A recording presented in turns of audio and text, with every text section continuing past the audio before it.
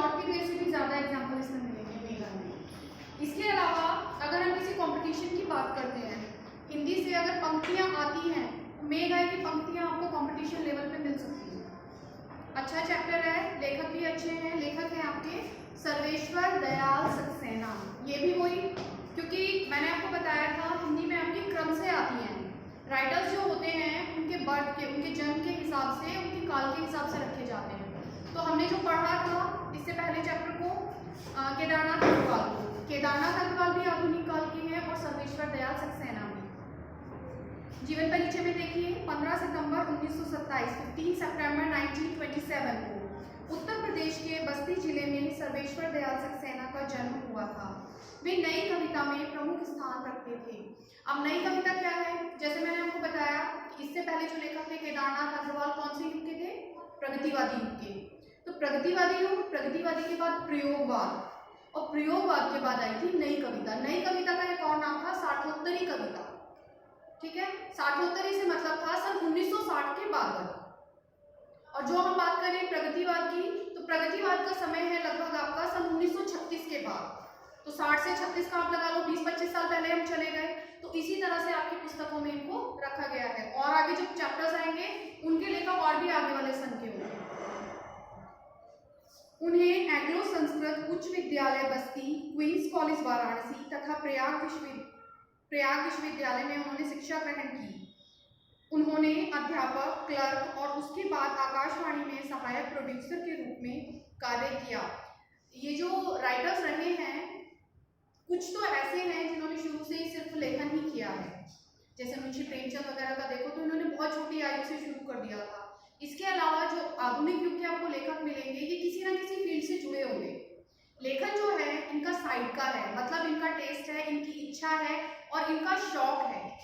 ऐसा नहीं है कि प्रोफेशन है इनका प्रॉपर, ये इसी चीज से डिपेंड करते हैं, घर उनका इसी से चलता है। मुंशी प्रेमचंद का अगर आप जीवन परिचय देखोगे, अभी आपके इसमें प्रेमचंद के फटे जूते आएगा गद्य खंड में, उसमें आपको पता चलेगा कि जो प्रेमचंद थे उनका मुख्य जो कार्य था वो अध्यापन ही था, ये लेखन ही था। उनका जो घर चलता था वो लेखन से ही चलता था, ज्यादा उनकी कमाई नहीं थी। लेकिन जो ये हैं, या इससे पहले केदारनाथ अग्रवाल थे, वो वकील थे पेशे से, और ये क्या है, ये एक टीचर भी हैं। इसके अलावा सहायक प्रोड्यूसर, मतलब कि आकाशवाणी का आप काम जानते हैं। आकाशवाणी क्या है? आकाशवाणी किसे कहते हैं? वो क्या जो आकाश है, ये मतलब जो भी बोलेंगे सच रहेगा। सही मायने में आकाश से आने वाली वाणी आकाशवाणी होता है। अगर हम इसका संधि विच्छेद करें या फिर समास की किसी की भी दृष्टि से देखें, अलग अलग दो शब्दों से मिलकर बना है आकाश और वाणी, यानी आकाश से आने वाली वाणी।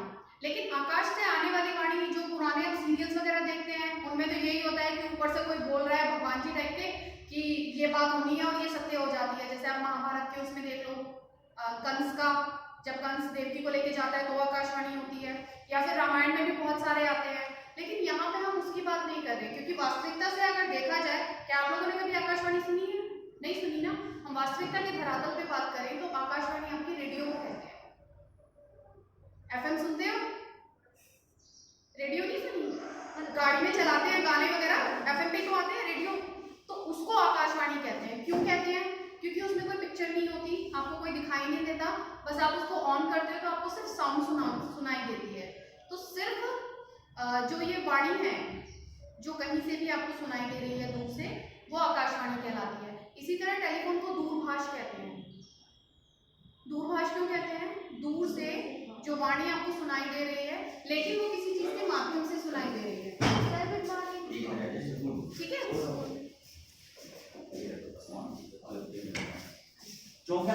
बेटा आप आ गया। 1965 में दिनमान साप्ताहिक के उप संपादक बन गए। 1965 यानी 1965 में। अब ये दिनमान क्या है? या तो कोई पत्र या तो कोई पत्रिका। जैसे आपके यहाँ न्यूज़पेपर आता है ना, न्यूज़पेपर में, पीछे बातें मत करो, न्यूज़पेपर में क्या होता है, आपको दैनिक समाचार सुनने को, देखने को, पढ़ने को मिलते हैं।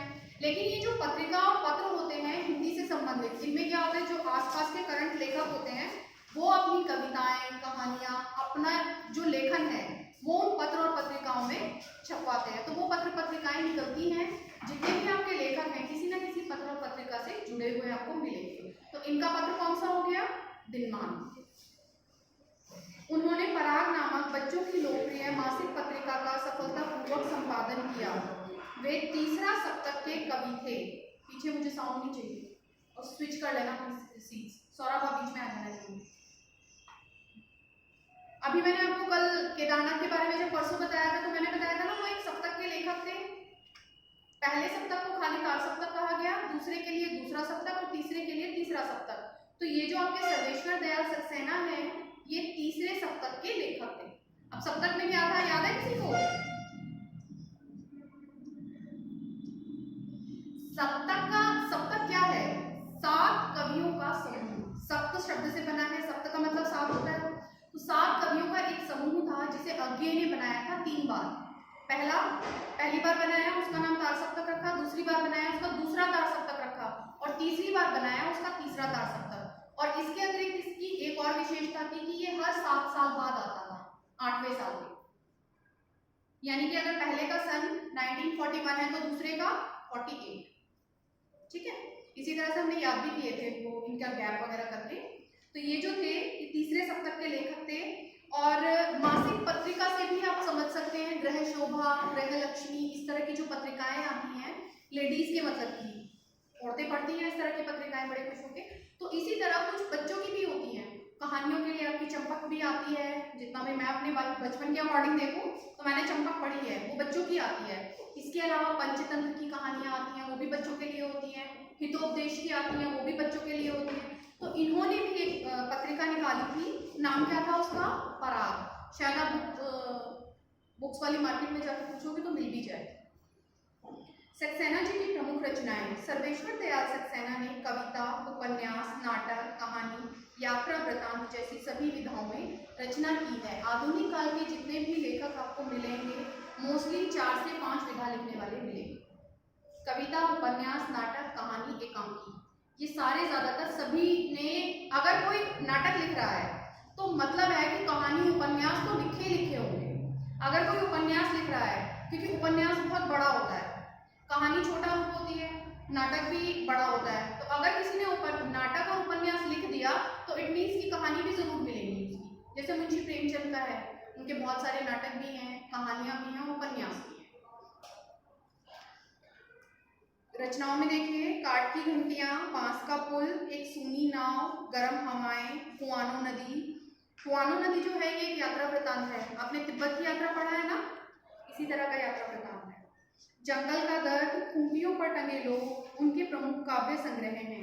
बकरी, सोया हुआ जल, पागल कुत्तों का मसीहा उनकी अन्य उल्लेखनीय रचनाएं हैं। इसमें जो ये पागल कुत्तों का मसीहा है ना, ये स्टोरी बड़ी अच्छी है। आगे देखिए, साहित्यिक विशेषताएं। सर्वेश्वर दयाल सक्सेना नई कविता के सशक्त कवि हैं। उनकी साहित्यिक रचनाओं में बड़ी सहजता और स्वाभाविकता पाई जाती है। उन्होंने सामाजिक शोषण एवं विसंगतियों पर करारी चोट की है। मैंने केदार का पढ़ाया था, केदारनाथ जी का, तो बताया था उन्होंने शोषण और शोषित के बारे में लिखा है। क्योंकि हम बात कर रहे हैं लगभग और 30 साल आगे की, तो जैसे जैसे स्थितियां बदलती हैं वैसे वैसे लेखन बदलता है। इन्होंने किसकी बात की? सामाजिक शोषण और विसंगतियां, मतलब कि समाज में जो स्त्री पुरुष को लेकर भेदभाव है या इस तरह की कोई भी चीज, धार्मिक भेदभाव है, इन तरह की चीजों पे जो भी उस टाइम का करंट टॉपिक है उसके अकॉर्डिंग इन्होंने बात की है।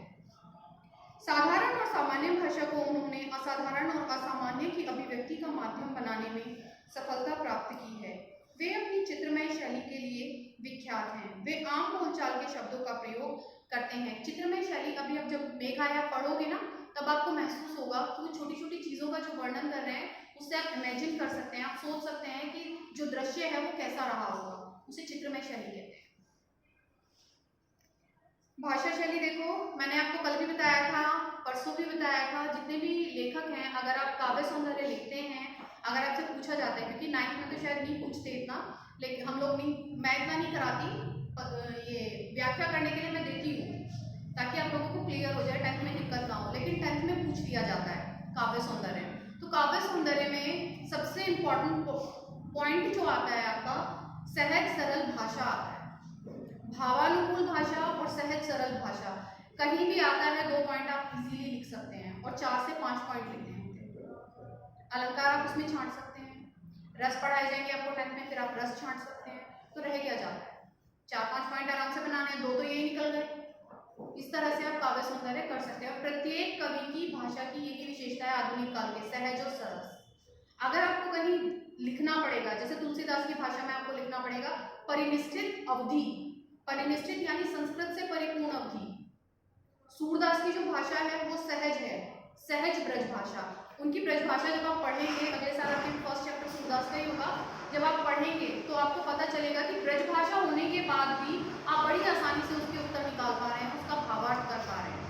ठीक है, भाषा शैली देखिए, सर्वेश्वर दयाल सक्सेना की भाषा अत्यंत सरल, सहज एवं रुचिकर है। उनके काव्य की विशेषता सामान्य बोलचाल की भाषा रही है। उन्होंने तत्सम और तद्भव शब्दों का सार्थक एवं सटीक प्रयोग किया है। उनकी बिंब योजना बहुत ही सजीव एवं सार्थक बन पड़ी है। वे नवीन प्रतीकों का प्रयोग करने में सिद्धहस्त हैं।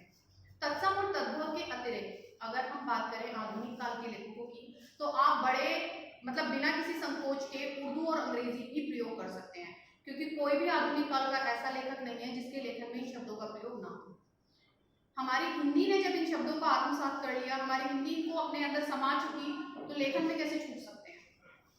चलिए आगे आते हैं चैप्टर पर, मेघ आए।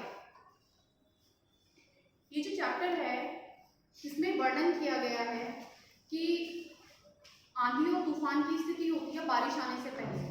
तो बारिश आने से पहले की स्थिति कैसे, आकाश में काले बादल आए हैं, उसके आने के बाद आसपास के मौसम पर क्या प्रभाव पड़ा है। अब मैं आपसे पूछती हूँ कि मान लो बारिश का मौसम होने वाला है, आपको फील हो रहा है कि बाहर काले काले बादल आ रहे हैं, तो सबसे पहले प्रतिक्रिया क्या होगा, प्रकृति हमारी नहीं, हमने तो देख लिया चलो ठीक है बारिश आने वाली है, प्रकृति की प्रतिक्रिया क्या क्या होगी, हवा चलना, तेज हवा चलना, हाँ काले बादल आना, बिजली गिरेगी, हाँ सबसे पहले तो बिजली गिरेगी। बारिश आने से पहले की स्थिति बोल रहे हैं बेटा, बारिश आने के बाद बिल्कुल बिजली चमकेगी आकाश में, लेकिन उससे पहले और क्या क्या होगा, अंधेरा हो जाएगा, और पेड़ पौधे बहुत तेज तेज हिलने लगेंगे तेज हवाओं के कारण। हवा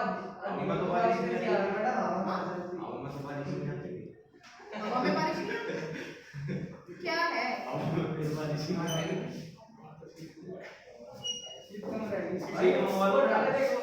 यहाँ पे वर्णन किया गया है नदियों की स्थिति में भी परिवर्तन होता है, तेज हवाएं चलती हैं तो नदियों का जो पानी है, जो उसका ऊपरी तल है, उसमें भी हलचल शुरू हो जाती है। वही सब छोटी छोटी चीजें, छोटी छोटी बारीकियां आपको इस चैप्टर में देखने को मिलेंगी। इस पार्ट में लेखक ने वही सब वर्णन किया है। कैसे, मेघ आए बड़े बंठन के संवर के, आगे आगे नाचती गाती बयार चली, दरवाजे खिड़कियां खुलने लगे गली गली, पाहुन जो आए हों गांव में शहर के, मेघ आए बड़े बंठन के संवर के। अलंकार पढ़ाए थे तो शायद ये 2 पंक्तियां मैंने आपको वहां पे पढ़ाई थी, पाहुन जो आए हों गांव में शहर के, मेघ आए बड़े बंठन के संवर के। यहाँ पर प्रॉपर इन सारी ही लाइनों में मानवीकरण अलंकार है, क्योंकि पहली लाइन आप देखो, मेघ आए बड़े बंठन के संवर के, बनना ठन्ना, साज श्रृंगार करना, किसकी क्रियाएं हैं, मनुष्य की क्रियाएं हैं। चाहे वो आप पुरुषों में देखो चाहे स्त्रियों में देखो, साज श्रृंगार तो सब करते हैं। कहीं फंक्शन में जाना हो कि लड़के तैयार नहीं होके जाते, बिल्कुल जाते हैं।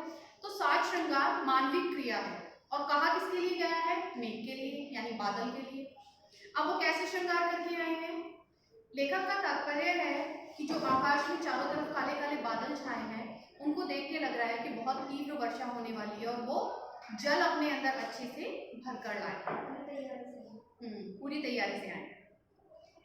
आगे आगे नाचती गाती बयार चली, क्योंकि अब वो जो लेखक है वो मेघों को पाहुन, पाहुन कहते हैं पाहुना, यानी कि जमाई, दामाद घर का।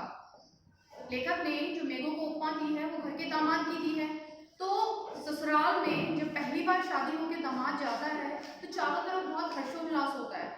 जो उसकी छोटी छोटी सालियाँ होती हैं या फिर रिश्ते में और कोई होती हैं, भाभियाँ वगैरह होती हैं, वो बहुत खुश होके उनका स्वागत करती हैं। स्पेशली सालियाँ बहुत अच्छे से स्वागत करती हैं अपने जीजा जी का, नए नए पहली बार जब वो घर पर आते हैं।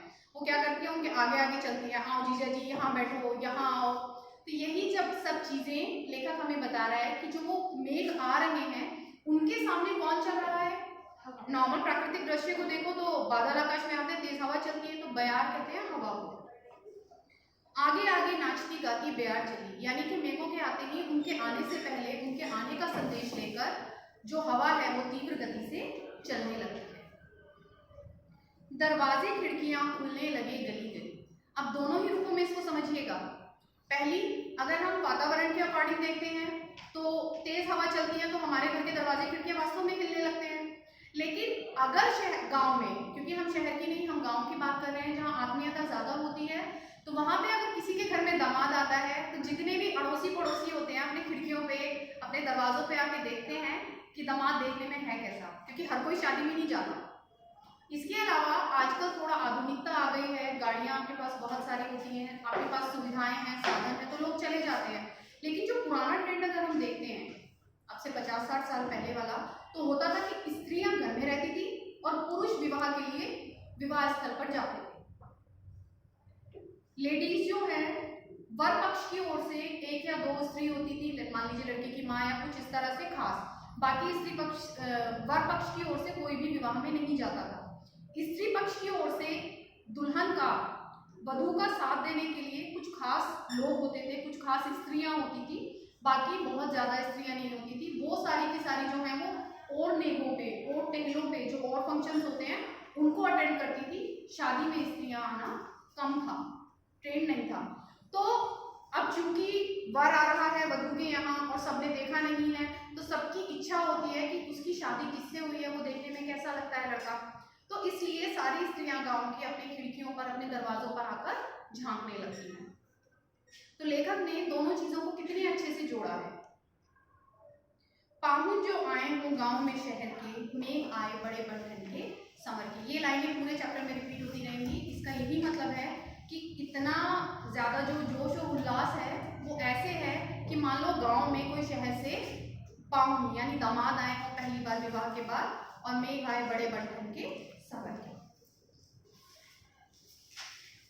अगली लाइन देखिए, पेड़ झुक झांकने लगे गर्दन उचकाए, आंधी चली धूल भागी घाघरा उठाए, बाकी चितवन उठा नदी खिटकी घूंघट सरके, मेघ आए बड़े बंधन के समर के।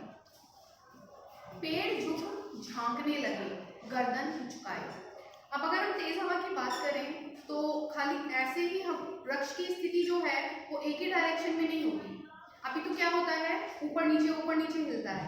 तो लेखक कह रहा है जो घर में और लोग हैं, स्त्रियों का तो उसने बता दिया कि वो दरवाजे खिड़कियों पर आ रहे हैं, लेकिन स्त्रियों से अलग भी तो होते हैं लोग। तो वो क्या कर रहे हैं, गर्दन कभी उचकाकर कभी झुकाकर उसका दामाद का जो चेहरा है वो देखना चाह रहे हैं। यानी पेड़ों की हिलती स्थिति में लेखक को इस तरह के दृश्य का भान हो रहा है। आंधी चली धूल भागी घाघरा उठाए। अब वापस से आप प्राकृतिक दृश्य की तरफ आइए। मान लीजिए मैं सड़क की बात करूं, हमारे यहाँ पक्की सड़कें हैं, आपको जल्दी से धूल देखने को नहीं मिलेगी। लेकिन ग्रामीण क्षेत्र की अगर हम बात करें तो सड़कें कच्ची होती हैं और जब हवा चलती है तो एक गोला सा बन जाता है हवा का, छोटे छोटे सर्कल्स। तो वो उन्हीं की बात कर रहा है, उन सर्कल्स की, उन गोलों की बात कर रहा है जो धूल के बवंडर से उठ जाते हैं तेज हवा चलने के बाद।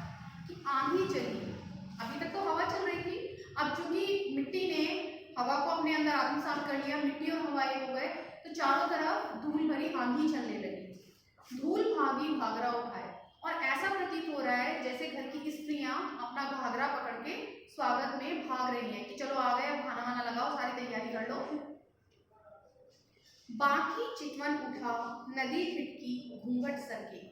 अब हमने सालियों की बात कर ली, अब हमने घर की कुछ बड़ी स्त्रियों की बात कर ली जो मतलब गेट के आसपास रहती हैं, लेकिन घर में कुछ नई नवेली दुल्हन भी तो होती है, बहुएं भी तो होती हैं। भाई लड़की की शादी हुई है मान लीजिए, तो उसकी भाभी भी तो होगी। तो अब लेखक परिचित करा रहा है हमें उसकी भाभी से। भाभी कौन है? जब तेज हवा चलती है तो नदी जो होती है उसमें उथल पुथल होती है, उसका पानी जो है कभी तेज बहता हुआ लगता है, कभी लगता है जैसे रुक गया हो। तो वो यही कह रहा है कि घर में जो स्त्रियां हैं, बाकी चितवन, बाकी कहते हैं तिरछी दृष्टि से देखने को और चितवन कहते हैं दृष्टि को। तो जो घर में बहुएं हैं वो अपने नंदोई को, अपनी नंद के पति को देखने के लिए तिरछी नजर से देख रही है घूंघट सरका के, क्योंकि पहले समय पर घूंघट का बहुत ज्यादा प्रचलन होता था। तो घूंघट को थोड़ा सा सरकाकर और वो तिरछी नजर से उस दामाद को देख रही है।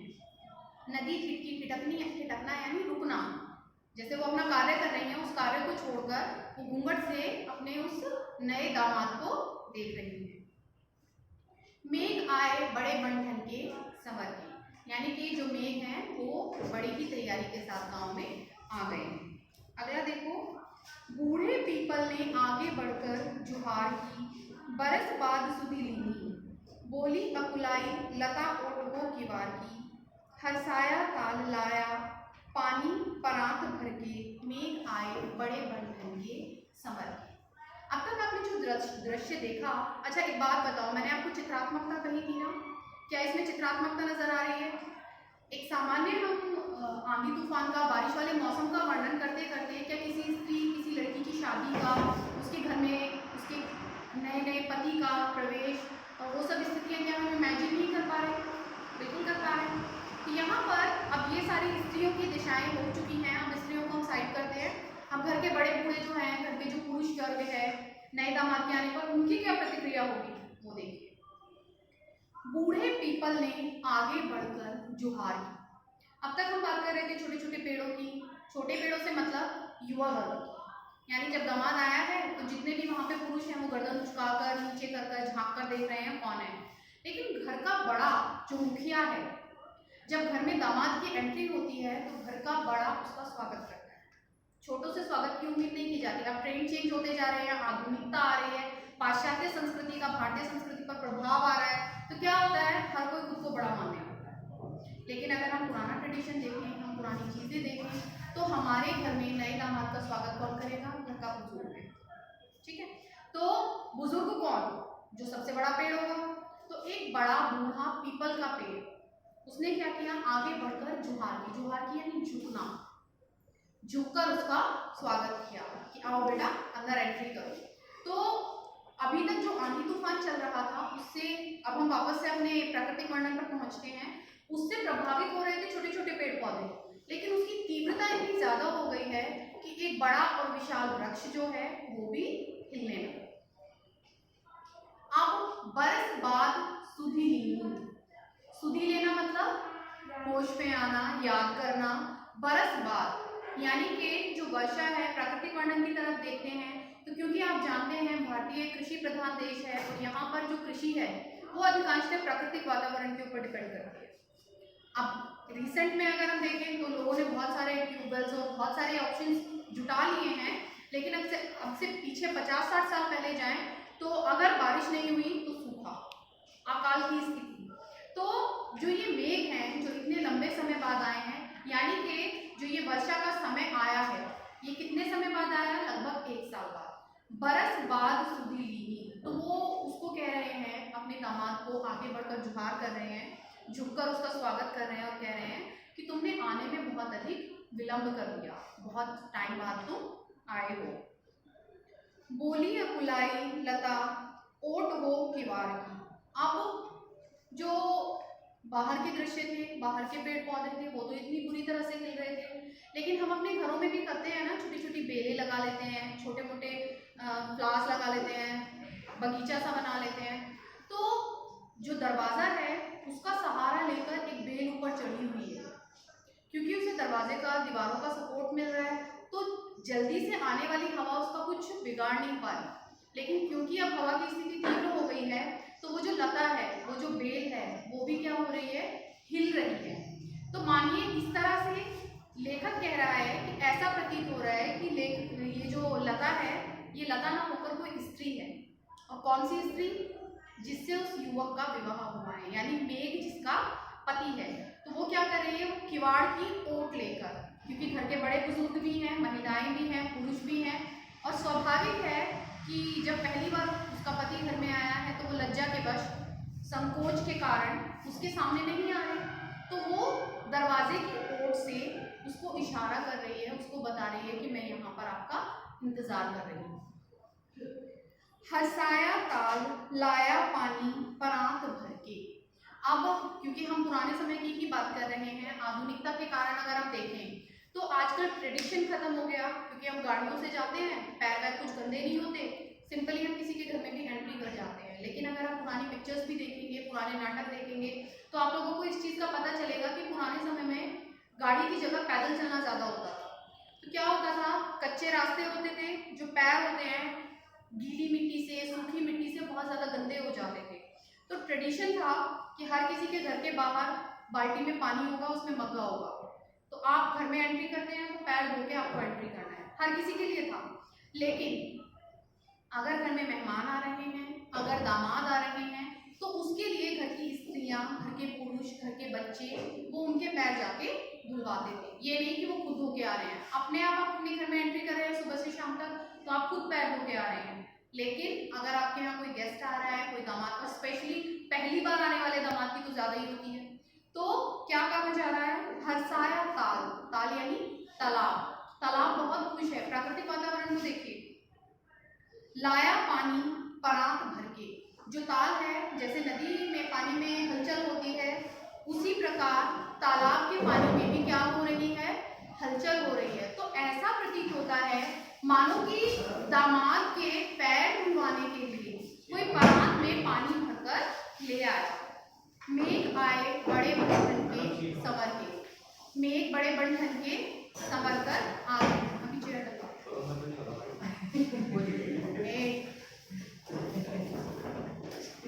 अगला देखिए, क्षितिज अटारी गहराई दामिनी दमकी, क्षमा करो गांठ खुल गई अब भरम की, बांध टूटा झरझर मिलन के अश्रु ढके, मेघ आए बड़े बन ढके सबर के। सामान्य स्थिति है, वर्षा शुरू हो गई है, वर्षा के कारण बिजली कड़कने लगी है और जो बारिश है वो तेज तेज बरसने लगी है। अभी बताऊंगी तो एकदम समझ आएगा आपको। लेकिन स्थिति का वर्णन हम उससे भिन्न कर रहे हैं, क्योंकि एक पति अपनी पत्नी को लेने के लिए 1 साल के बाद आया है। पुराने समय की ही बात करें, अभी से 50-60 की नहीं, और पीछे 100 साल 150 साल पहले, तो क्या होता था, बाल विवाह होते थे।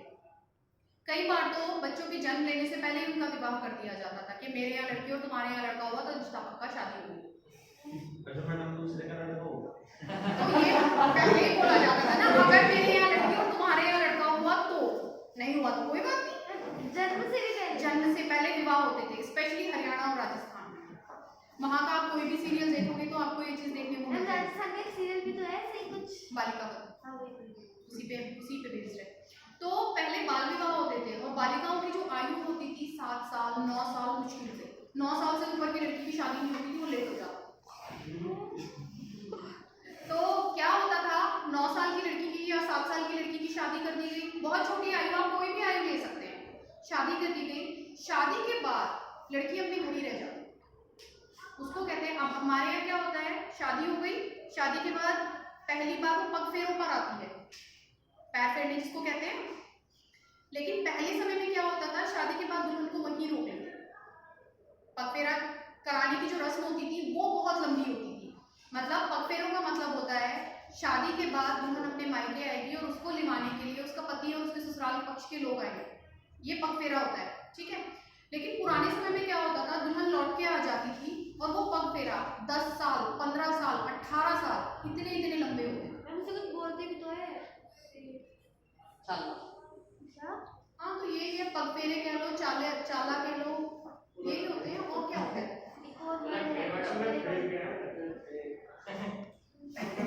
इनसे तो पूछना ही बेकार है।